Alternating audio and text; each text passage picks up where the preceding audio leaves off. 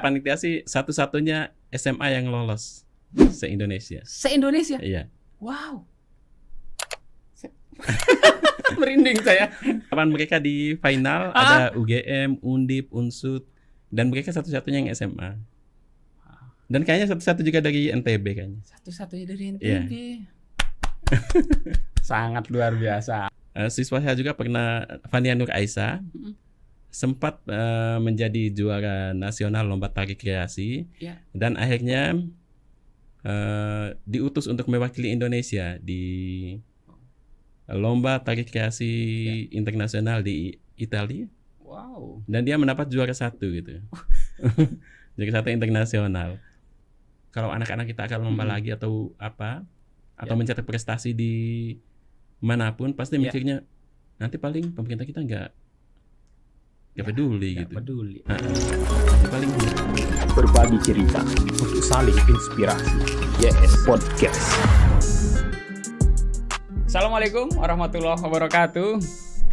Jumpa lagi di YS Podcast, hadir dengan kita mengulik tamu kita yang spesial malam ini.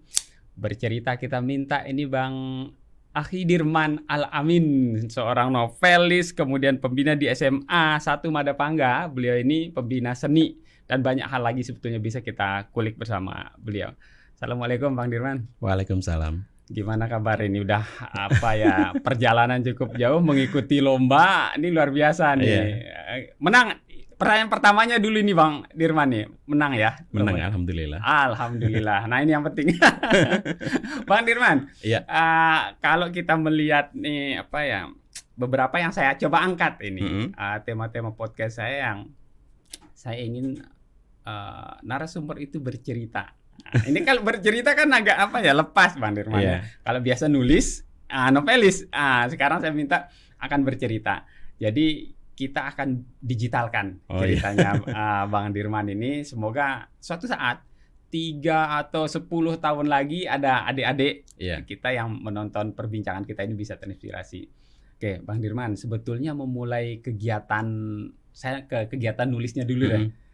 Sejak kapan mulai jatuh cinta sama tulis menulis ini? Sebenarnya saya mulai menulis sejak SD. Cuman karya-karyanya baru dimuat ketika SMA mulainya. SMA. Dimuat antara lain di majalah sastra Horizon. Wah, di Horizon. Anida. Saya dulu sering membaca Horizon. Dulu sering nulis puisi waktu SMA, bahkan sempat dibukukan sama Horizon di buku Kaki Langit Sastra Pelajar. Wah, jadi usia belia betul ini sudah terjun di bidang nulis puisi. Nah, karya-karya yang menjadi inspirasinya Bang Dirman, kira siapa tokoh yang menjadi inspirasi? Saya sukanya sama Helvetina Rosa, Afifa Afra, Andrea Hirata juga suka. Andrea Hirata. Iya. Oke, sampai 5 ya novelnya saya baca Andrea Hirata. Oke, Bang Dirman, kalau pengalaman selama ini nih, sekarang kan dunia udah digital nih. Kecenderungan masyarakat kita atau anak-anak ini lebih suka nonton daripada membaca, Bang Dirman. Ada fenomena yang sangat luar biasa, gempuran media sosial, bahkan TikTok lah ya kita sebut ini. Jadi kayaknya kalau ada buku dan smartphone, kayaknya lebih enak ngambil smartphone deh Bang Dirman. Nah, gimana melihat perkembangan saat ini Bang Dirman? Sebetulnya saya melihat perkembangan itu udah lama sekali ya. Jadi sejak 2006 saya sudah membuat film dari buku-buku saya gitu. Oke, nah ini dunia film juga ini. Oke, di antara mengangkat apa aja Bang Dirman? Kebanyakan novel-novel dan film-film saya mengangkat kebudayaan Bima gitu. Oke. Ya, terus kemudian antusiasme masyarakat kita seperti apa dengan karya misalnya nih novel atau buku ini diterjemahkan, dibuat lagi dalam bentuk film. Apakah ada perubahan pola menikmati karya itu Bang Dirman? Kalau film pertama saya, ini bukan film pertama sih, film kesekian. Judulnya Lani Ringu, itu sempat viral banget di Bima.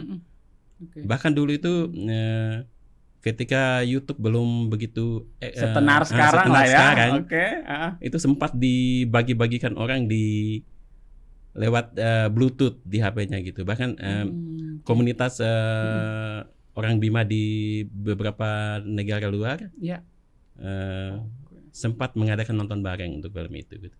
Wah, itu semacam obat itu kalau di luar di luar negeri teman-teman Bima yang ada di perantauan ini jadi obat sangat luar biasa. Jadinya itu film itu diputar dulu itu diminta sama Bima TV, akhirnya diputar di sana sebagai serial. Oh, serial jadinya. Wow, luar biasa ini. Oke, di sinias ini berarti kalau melihat karya-karya sekarang nih, novel-novel terkenal dulu kan biasa lagi kalau udah sukses sekian eksemplar gitu dicetak itu biasa diwujudkan dalam bentuk film. Nah, antusiasme teman-teman sekarang nih di Forum Lingkar Pena. Saya kaitkan juga nih. Di Forum Lingkar Pena kan teman-teman ini sangat luar biasa saya melihat. Bahkan beberapa kegiatan untuk menggait teman-teman penulis ini untuk mari menulis ini kan. Wah, sangat luar biasa. Tapi dengan digital saat ini, dengan smartphone ini, tantangan berat nggak, Bang Dirman? Memang cukup berat gitu. Ketika karya didigitalkan, memang akan butuh tenaga yang lebih gitu. Kebetulan saya di Forum Lingkar Pena Pusat jadi humasnya gitu. Jadi di FLP Pusat kita juga sedang menggiatkan digitalisasi karya gitu. Oke, memang digitalisasi karya juga ya? Iya. Makanya beberapa karya penulis FLP saat ini lagi mencoba untuk memasuki dunia entertain gitu. Nah ini asik jadinya kalau nyebut entertain Bang Dirman karena biasanya kita baca, nanti akan kita tonton. Dengan konsep seperti ini Bang Dirman, kira-kira menurut Bang Dirman kalau kita ke Bima, kalau kita melihat Bima, banyak tantangan, hambatan atau justru peluang yang muncul Bang Dirman? Saya kira sebagai orang yang berpikir positif kita tantangannya kita ke belakangin dulu, peluangnya dulu yang kita lihat gitu. Tangkap peluangnya dulu tangkap dulu peluangnya. Betul. Kalau ngelihat peluangnya seperti apa sebetulnya saat ini Bang Dirman? YouTube kan lagi marak gitu. Jadi sebetulnya semua hal misalnya wisata gitu, tempat wisata dan lain sebagainya bisa kita wujudkan dalam bentuk audiovisual. Betul. Dan itu kayaknya akan sangat besar pengaruhnya untuk wisatawan. Jadi kalau konsep-konsep gini Bang Dirman, saya sebetulnya pembina YouTuber Lombok Timur juga. Jadi sering berdiskusi, bahkan membahas CEO, membahas karena dulu dunia lama saya dunia televisi sebetulnya. Nah ini kalau kita coba tarik saat ini Bang Dirman, dengan konsep alat yang sangat sederhana, smartphone. Hasilnya ini udah sangat luar biasa gitu ya, dengan beberapa merek dan tipe tertentu itu sudah luar biasa kualitas yang dihasilkan. Ini kan menjadi seolah-olah kamera itu udah ada di genggaman kita semua nih Bang Dirman ya. Nah, kira-kira kalau yang di Bima, saya ngelihat sering memperhatikan ini konten kreator yang ada di Bima nih. Jadi sering saja kalau pakai bahasa Bima, wah ini sangat luar biasa pengikutnya nih. Jadi kalau Bang Dirman melihat ini sebagai peluang, nah kira-kira menangkap ini kan anak-anak kita ini perlu dibimbing lah, kasih rel nih. Nah, jangan sampai justru konten mohon maaf anfaedah. Nah ini gimana melihatnya Bang Dirman? Dulu sebenarnya di YouTube saya yang lama itu saya sering membuat serial-serial dalam bahasa daerah. Cuman sayangnya YouTube-nya sudah dihack sama orang ini. Waduh, ada aja orang jahil ini. Jadi kalau melihat TikTok saat ini gimana, Bang Dirman? Saya jarang main TikTok. Tapi cuman menikmati ya. Tapi sebetulnya sangat luar biasa TikTok ini. Saya melihat kalau di daerah kita jamaah terbesarnya itu Facebookiah sama TikTok ini. Kalau IG masih belum banyak. Kalau YouTube kan memang platform yang sudah lama ya untuk video.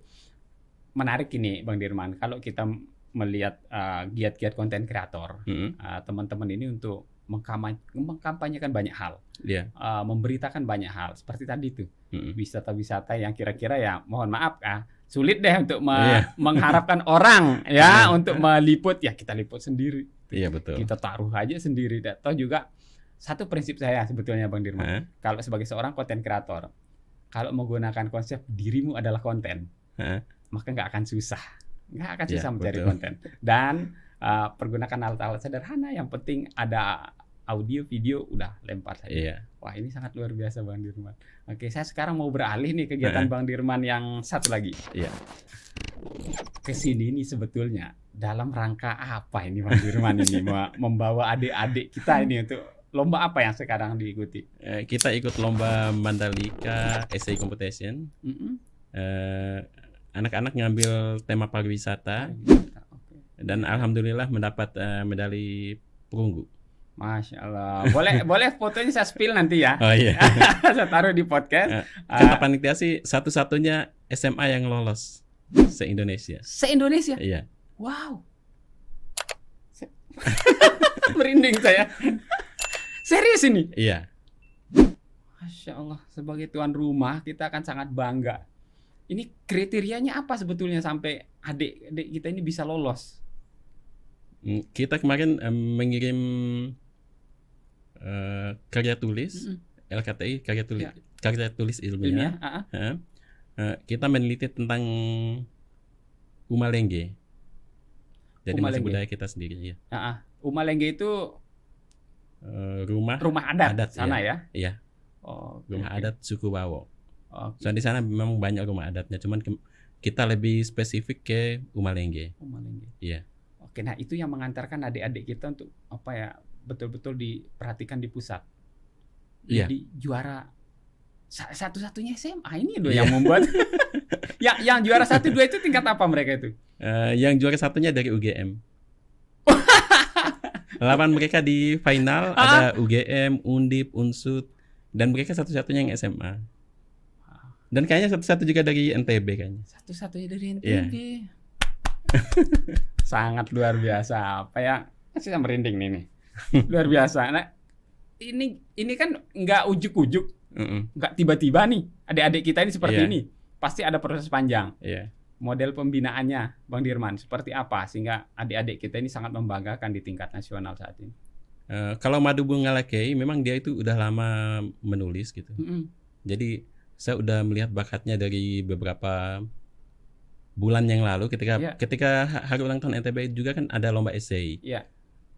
Saat itu Bunga nulis, padahal kita lagi sibuk-sibuknya ini, ikut lomba teater dan lain sebagainya. Jadi ketika Bunga nulis, karya tulisnya biasanya sih saya edit kalau karya siswa, cuman karena lagi sibuk-sibuknya ya udah.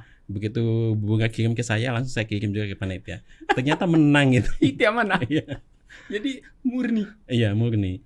Dari yang untuk yang nasional ini pun sebenarnya pengeditannya paling saya ngedit tata bahasanya aja, nggak lebih gitu. Wow, ini luar biasa. Artinya se-Indonesia SMA, berarti kan cuma dia yang dan berhadapan, dan kompetitornya adalah kampus-kampus. Kampus-kampus terkemuka. Wow, ini sangat luar biasa. Mohon maaf, ini bukan berarti sih ya Bang Dirman. Udah dilirik nggak sama pemerintah daerah? Artinya ini kan membawa nama, sebuah kebanggaan. Saya sebagai orang NTB sangat bangga mendengar satu-satunya SMA yang bahkan ya bisa masuk gitu, mengalahkan sekian kampus-kampus besar. Bukan mengharapkan, Bang Dirman ya. Bukan sama sekali mengharapkan apresiasi atau apapun lah nama, terserahlah itu. Cuman kan mohon maaf, ada nggak yang melirik pemerintah kita? Jujur deh, jawab deh. Sebetulnya sih kalau bagi saya pribadi saya nggak terlalu ngarep gitu. Mau diperhatikan nggak, ya udah tetap jalan aja gitu. Seperti halnya ketika setahun yang lalu, ini flashback ke belakang dikit. Gimana? Apa yang setahun yang lalu ini yang sudah dilakukan? Setahun yang lalu kan siswa saya juga pernah, Fania Nur Aisyah, sempat menjadi juara nasional lomba tari kreasi, dan akhirnya diutus untuk mewakili Indonesia di lomba tari kreasi internasional di Italia. Wow. Dan dia mendapat juara 1 gitu. Juara 1 internasional. Wow. Cuman ternyata ketika meminta apa ya istilahnya itu, meminta untuk mempublikasikan kemenangan itu. Iya. Itu agak susah. Oh, padahal udah. Cuman alhamdulillah sih kita mendapat atensi dari pemerintah. Dan akhirnya dibikin rilisnya, press rilisnya. Cuma itu aja. Ya Allah, ini tingkat dunia loh ya, juara 1 di sana. Sebetulnya hal-hal inilah yang banyak yang harus kita angkat. Ini ya bukan satu itu, Bang Dirman, bukan kita mengharap apa-apa. Cuman kan bagi generasi ke depan nih, ada cerita, oh ya ternyata ada juara daerah. Saya kan ini kan memotivasi Bang Dirman. Setelah tidak diperhatikan itu apa ya? Itu menjadi patah arang nggak kira-kira? Wah, nggak ada yang lihat saya kok. Gitu. Dari Pemda juga sebenarnya ini curhat ya. Nggak apa-apa. Ya memang arenanya curhat di sini Bang Dirman. Dari Pemda juga sebenarnya dari tahun lalu udah janji mau audiensi dengan kepala daerahnya. Cuman sampai detik ini kita belum ketemu waktunya. Aduh, dengan segudang prestasi, membawa nama besar, kebanggaan luar biasa Bang Dirman. Makanya ketika anak-anak menang di ajang ini, ya saya nggak begitu berharap banyak gitu. Cuman kita nggak akan berhenti sampai sini sih, kita akan terus bergerak. Karena yang saya harapkan, bukan penghargaan, bukan untuk dilirik, tapi bagaimana anak-anak ini menemukan apa bakat dan minatnya untuk kita kembangkan. Sepakat Bang Dirman. Kita gaungkan saja dari YS Podcast ini ya. Dari podcast ini kita berharap ya, kalau saya idenya sebetulnya YS Podcast ini kan tagline-nya ini berbagai cerita untuk saling inspirasi. Nah, cerita-cerita kita ini ya siapa tahu 5-10 tahun nanti ketika dilihat, wah ternyata sangat bangga memiliki prestasi daerah kita, memiliki prestasi. Nah, sebetulnya ini kan akan banyak digaungkan. Mohon maaf, prestasi-prestasi ini kan nggak instan Bang Dirman. Iya betul. Butuh proses panjang. Bisa melirik bakat adik-adik kita ini kok apa ya, jeli. Ini saya melihatnya jeli ngelihat bakat-bakat terpendam adik-adik kita ini, sehingga Bang Dirman perlu dipoles nih, sehingga menjadi apa ya, bakat-bakat yang sangat cemerlang pada akhirnya. Gimana Bang Dirman melihat adik-adik kita di sana? Sebetulnya saya kan sempat menjadi pembina juga di Taman Budaya. Untuk pas acara apa ya dulu itu, Sastra Melintas Batas. Saya pernah isi acara juga di sana. Saya melihat ternyata siswa-siswa di NTB memang mereka itu gampang sebenarnya untuk dibina gitu. Tinggal kemauan kita aja gitu. Tinggal kemauan ini kan. Mohon maaf, bukan berarti menjustifikasi. Iya betul. Tidak semua guru, tidak semua pendidik di masing-masing sekolah bisa memiliki etos seperti itu. Sekali lagi, bukan mengharap apa-apa, Bang Dirman. Jadi betul-betul murni agar anak-anak kita memiliki kebanggaan. Bang Dirman bisa tahu bakat dari adik-adik kita itu apa? Saya penasaran ini, apa yang Bang Dirman lakukan sehingga ya kayak membidik itu kayak tepat sekali itu dan menghasilkan prestasi-prestasi berkelas dunia. Saya juga bingung ya kalau masalah itu. Ini sebenarnya intuisi aja sih, intuisi aja. Intuisi. Jadi begitu melihat kayaknya ini keren nih. Tinggal diasah. Jadi kalau Fania memang yang juara internasional itu memang sempat bersama saya dan Sulaksmi Aryati, pembina tari juga di sana. Dari SMP-nya dia memang udah berprestasi. Jadi ketika SMA sebenarnya dia nggak langsung ke SMA Madapangga sih, ke SMA lain. Cuman akhirnya karena merasa bakatnya nggak terasah, akhirnya pindah ke Madapangga. Kami bina dan alhamdulillah menang di OCB nasional itu sudah masuk 10 besar, satu-satunya dari NTB juga. Luar biasa. Dan akhirnya diutus untuk mewakili NTB Indonesia ke nasional gitu. Tahun ini pun ada juga Anggun, April, Fania juga, terus Jumratun sama Bintang. Mereka juga masuk lagi 10 besar nasional di OCB. Wow, ini prestasi-prestasi sangat luar biasa nih. Tapi mohon maaf, memang saya belum banyak mendengar Iya. Belum banyak membaca, belum banyak menonton. Mohon maaf, apakah memang saya kuper apa seperti apa nih Bang Dirman? Saya nggak tahu gitu ya. Kok prestasi-prestasi seperti ini ya mohon maaf abai. Kita itu abai untuk mendokumentasikan secara digital, mendokumentasikan seperti ya konten lah atau apalah. Jadi kita bilang kekurangan tadi, kita nggak mau nyebut kekurangan. Kita sebut ya udah ini ke depan ya. Ke depan mungkin akan kita lebih perhatikan. Dan saya berharap mungkin Bang Dirman, adik-adik kita yang hebat seperti itu mungkin kalau pas berkunjung ke Mataram boleh dia mampir ke sini karena saya ingin kita itu meninggalkan jejak digital yang baik untuk generasi kita berikutnya. Bang Dirman, kalau melihat boleh sebutkan, bukan membanggakan, bukan bukan ini Bang Dirman, boleh menyebutkan nggak binaan-binaan Bang Dirman yang sudah memiliki prestasi yang sangat luar biasa baik nasional maupun internasional? Kalau di internasional kayaknya baru dua. Fania Nur Aisyah. Dulu juga ada Fitkatul Rizkiyah juga. Dia kayaknya udah selesai kuliah di Unsud. Dia itu murid pertama saya yang ke nasional, yang mewakili NTB. Baca puisi. Ya. Dia juga pernah menjadi utusan Indonesia di pertukaran mahasiswa. Saat itu dapatnya di Malaysia. Selain Fania Nur Aisyah. Terus tahun ini karena kemarin atas kemenangan di OCB juga, karena kita masuk 10 besar, kita juga diundang di sebuah ajang lomba tari internasional, yaitu di Singapura dan Thailand di Itali. Iya. Wah, dari mana Pangga untuk dunia. Semoga aja sih nanti itu kita dapat sponsor gitu sih maunya. Karena pimpinan juga mau berangkat. Sebenarnya sekolah mungkin cuma bisa nanggung sama saya sama Anggun aja gitu. Semoga aja nanti ada sponsornya. Terutama mungkin yang nonton.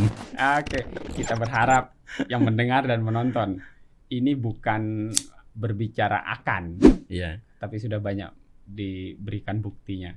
Saya coba nanti dengan beberapa jaringan yang saya miliki, kita akan coba. Saya buat potongan-potongan podcast kita ini, coba kirim bahwa dunia harus banyak tahu, dunia harus banyak mendengar bahwa ada anak-anak hebat kita dari NTB yang prestasinya juga tidak kalah dengan anak-anak Indonesia di kota-kota besar yang lain gitu.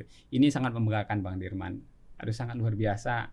Bang Dirman, apa yang harapan ke depan nih Bang Dirman, kira-kira dengan apa yang sudah dilakukan saat ini, kemudian boleh deh pemerintah ini sebetulnya bagaimana sebetulnya keinginan dari Bang Dirman tuh?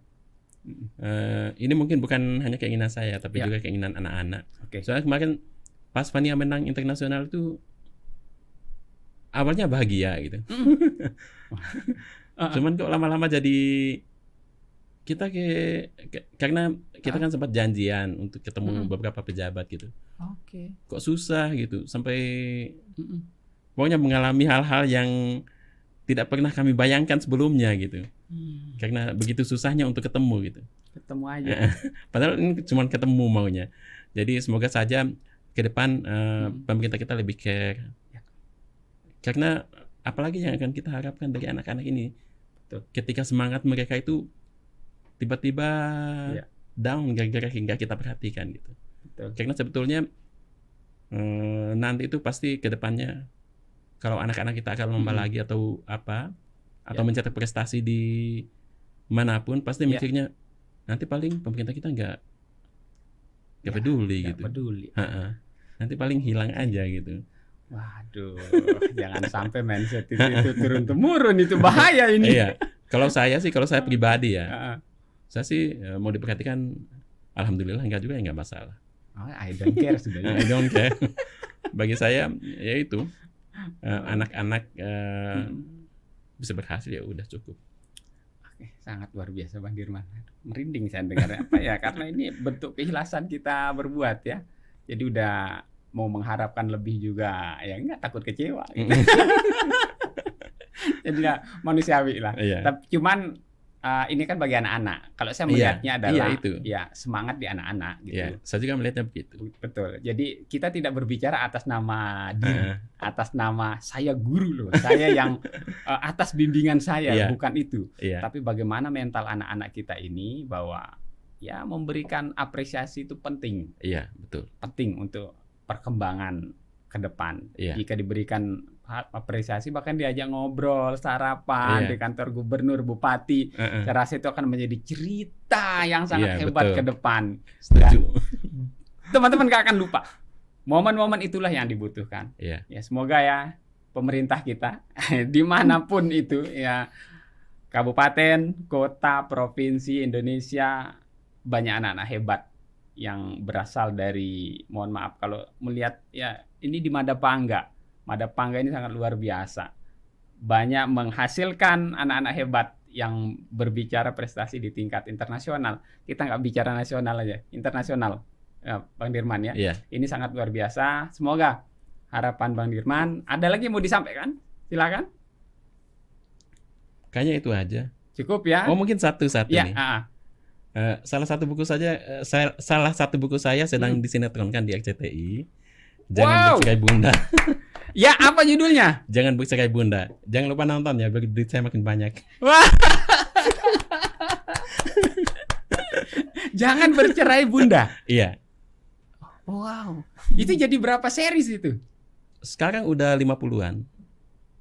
Ternyata itu saya nulis sama Asma Nadia. Asma Nadia. Iya. Wow. Ternyata penulisnya ada di depan saya. Luar biasa Bang Dirman, sangat membanggakan. Waduh, ini karya daerah yang udah sehabisan kata-kata ini Bang Dirman. Bang Dirman, semoga giat-giat kita podcast malam hari ini banyak ya udahlah terserah lah mau ini. Yang penting berdampaknya bagi anak-anak. Iya. Itu aja yang kita harapkan, anak-anak kita bangga dengan apa yang sudah didapatkan, dan ke depan ini akan menjadi perjuangan panjang. Ingat apa ya, walaupun dia juara dunia, ini akan menjadi sebuah momen untuk dia lompat lebih tinggi lagi. Jadi bukan berhenti di sini, masih perjalanan masih panjang. Sahabat Yes Podcast, demikian yang bisa saya bahas dengan Bang Dirman. Sangat luar biasa, ternyata penulis hebat, karya-karya luar biasa, menasional, orangnya bersahaja, sangat luar biasa. Semoga bisa menginspirasi teman-teman semua. Kita akan, setelah ini saya akan duduk bersama siswa binaan. Siswa yang sangat membanggakan juga dari Madapangga yang akan kita coba ajak diskusi di sini. Semoga bisa menginspirasi. Sekali lagi Bang Dirman, sangat luar biasa. Terus bersemangat. Amin. Menghasilkan prestasi-prestasi gemilang untuk NTB kita ya, dan Indonesia untuk luar negeri. Betul. Oke, demikian sahabat Yes Podcast yang bisa saya bahas. Part berikutnya saya akan berbicara dengan ada 2 siswa yang sangat luar biasa. Saya akan duduk satu-satu. Prestasinya masing-masing mereka lakukan. Tetap di Yes Podcast. Assalamualaikum warahmatullahi wabarakatuh. Berbagi cerita untuk saling inspirasi. Yes Podcast.